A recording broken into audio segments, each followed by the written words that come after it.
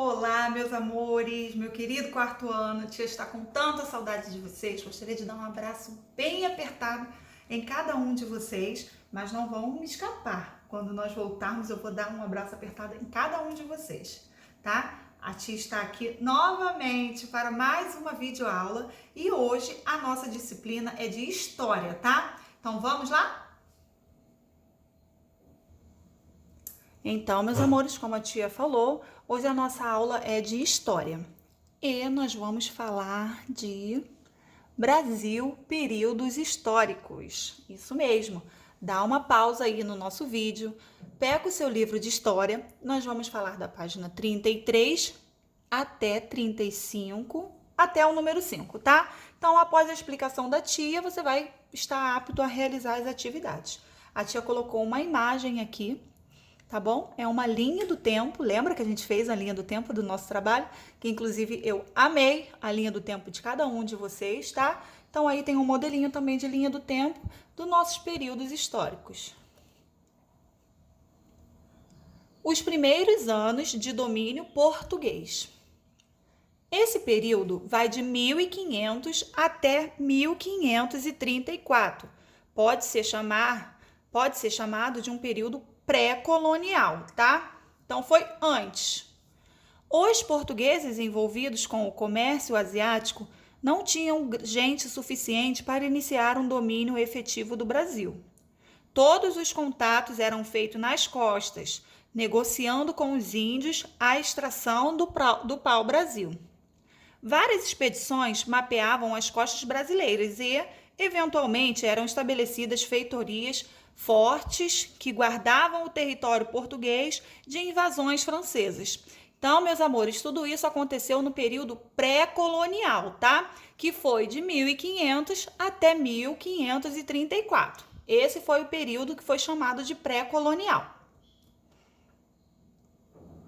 Então, a tia colocou aqui algumas imagens para vocês do período pré-colonial, tá? Vamos dar sequência.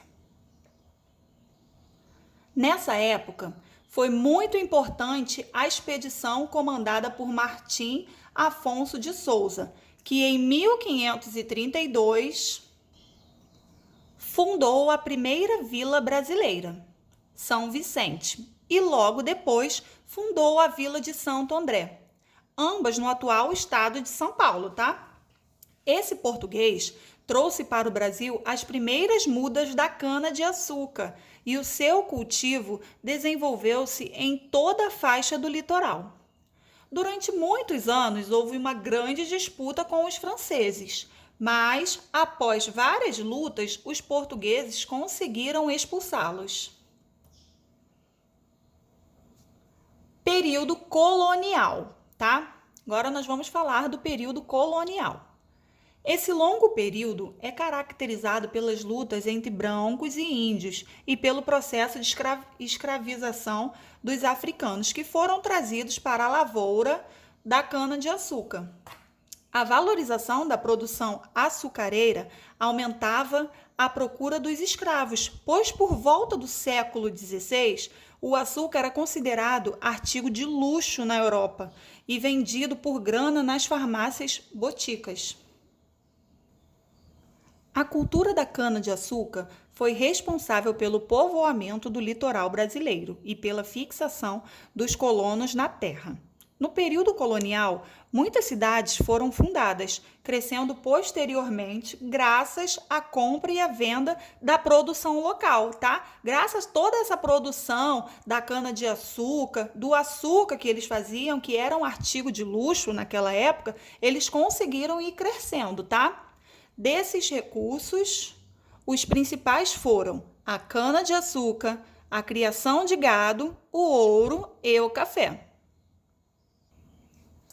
O período colonial foi o mais extenso da nossa história e foi nele que muitas revoltas aconteceram pela insatisfação, fruto do domínio português e da cobrança de impostos.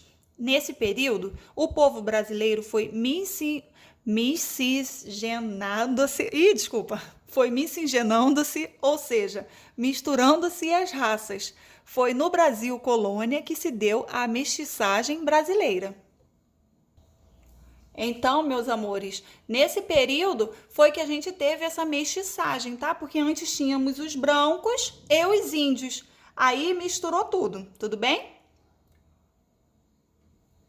Período imperial. Com a chegada de Dom João e a corte portuguesa de 1808, iniciaram-se várias mudanças políticas e administrativas no Brasil. Essas mudanças culminaram com a elevação do Brasil à condição de Reino Unido, ao de Portugal e Algarves. Nesse período, destacam-se as criações do Arquivo Militar, da Imprensa Régia, do Banco do Brasil, da Fábrica de Pólvora e do Jardim Botânico, e também as instalações das escolas médicas, do Museu e da Biblioteca Reais, da Academia Militar, da Academia de Belas Artes e etc. Tá? Aqui nós temos a nossa Princesa Isabel e Dom João VI. No período imperial, que foi um período relativamente curto, foi um período pequeno, tá? 1822 a 1889. Fatos marcantes aconteceram em nossa monarquia, regime de governo em que o poder é exercido por reis e imperadores, tais como a independência do Brasil, em 1822, a Lei Áurea, que livrou os escravos do cativeiro, em 1888. Após a independência, foram criadas províncias, ou seja, divisões de terras, que eram colocadas sob a autoridade de um delegado do poder central. O monarca exercia o poder central com o título de imperador constitucional e defensor perpétuo do Brasil. Nós vamos falar um pouquinho agora do período republicano, tá? Esse período teve início em 1889, quando as Forças Armadas, comandadas pelo Marechal Deodoro da Fonseca, derrubaram a monarquia. O imperador do Brasil, Dom Pedro II, e toda a família real foram obrigados a deixar o Brasil. Então, aqui a tia colocou duas imagens, tá? Aqui de Marechal Deodoro da Fonseca e aqui de Dom Pedro II e toda a família real, tá? Meus amores, eu desejo que vocês tenham um ótimo final de semana, tá? Um grande beijo em seu coração, como a tia costuma falar. Um abraço bem apertado. Eu espero ter ajudado vocês, tá? Sentiu dúvida? Dá uma voltinha lá no slide. Pausa, dá outra lida, escuta a tia lendo, tudo bem? Eu espero ter ajudado vocês. Caso fique alguma dúvida, estou sempre à disposição. Grande beijo no coração de cada um de vocês.